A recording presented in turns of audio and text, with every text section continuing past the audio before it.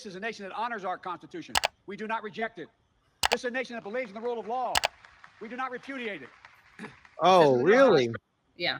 We believe in the rule of law. I mean, this is kind of reminds me of the gun control advocates who say like AK-47s or M16s are not to be used on our streets. They're to be used to shoot Arabs. Yeah, exactly. Over there. Yeah. Well, it reminds me, remember when January 6th, all these commentators are like, we're used to seeing this abroad, but not here. That's the whole thing that makes me so disgusted with this, with the messaging of the Democrats, or one of the things, and it irritates people across the left. It's like, you're welcoming Liz Cheney, whose whole career was dedicated to lawlessness in order to torture people who were not put on trial. She founded an organization that's now defunct with neocon godfather, or son of neocon godfather, Bill Kristol.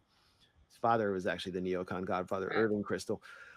And the whole point of this organization was to attack and smear lawyers in the Obama administration who wanted to put terror suspects on trial in civilian courts, or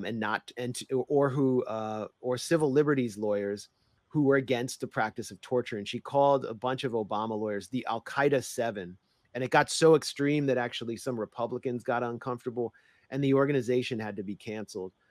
As recently as 2014, Liz Cheney wrote a article in the Weekly Standard, co-bylined by Dick Cheney. And the whole point of the article was just to defend her father's legacy by arguing that, in fact, Saddam was aligned with Al-Qaeda and that the Iraq war was justified. And this is the person that the Democrats, who are clapping for this speech and declaring that anyone who has any problem with it must be a fascist.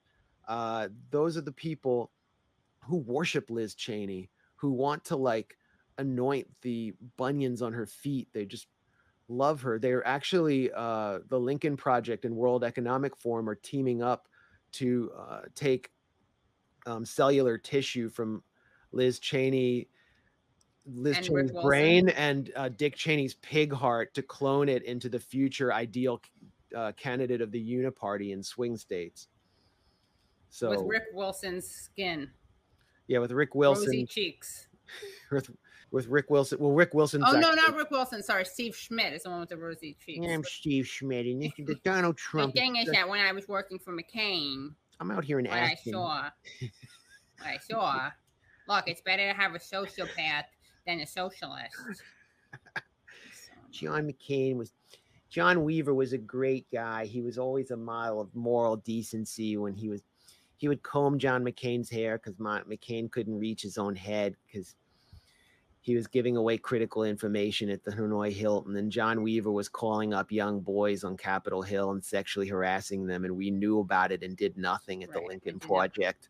Right. Remember he wrote that letter, that terrible letter about some experience he had at like the Boy Scouts, which just made it worse. Oh, yeah. Oh, he blamed the Scoutmaster, I think. Yeah. Like for the reason he didn't say anything about sexual harassment of young men. The serial sex offender who from the Lincoln Project. It always comes back to the Boy Scouts with moderate Republicans.